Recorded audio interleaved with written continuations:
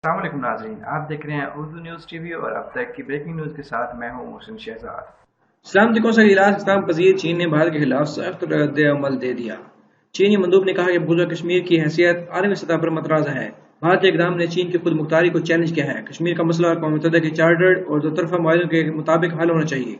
Media report के मुताबिक अक़वाम मुत्तहिदा में सिक्योरिटी कौंसिल का इजलास खत्म हो गया है। अक़वाम मुत्तहिदा की सलामती कौंसिल के 15 अरकान मालिक के मंदूब ने इजलास में शिरकत की। चीनी मंदूब ने मीडिया ब्रीफिंग में बताया कि सिक्योरिटी कौंसिल इजलास में कश्मीर के मसले पर तफसीली बात हुई है।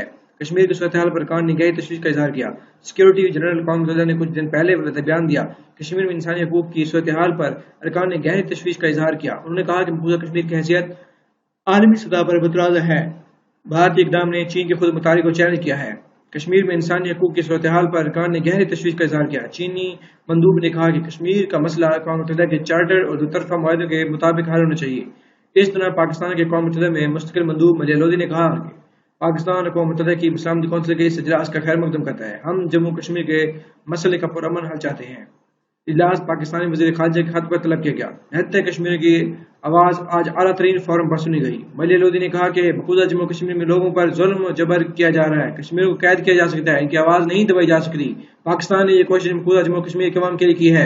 ये मसले के हल तक जारी रहेगी। अगर आप लोगों ने अभी तक उर्दू न्यूज़ टीवी को सब्सक्राइब नहीं किया तो सब्सक्राइब कीजिए, बेल आइकन जरूर ऑन कीजिए। इससे क्या होगा कि जो भी नई आने वाली वीडियो होगी उसका बदरीन नोटिफिकेशन आपको उसकी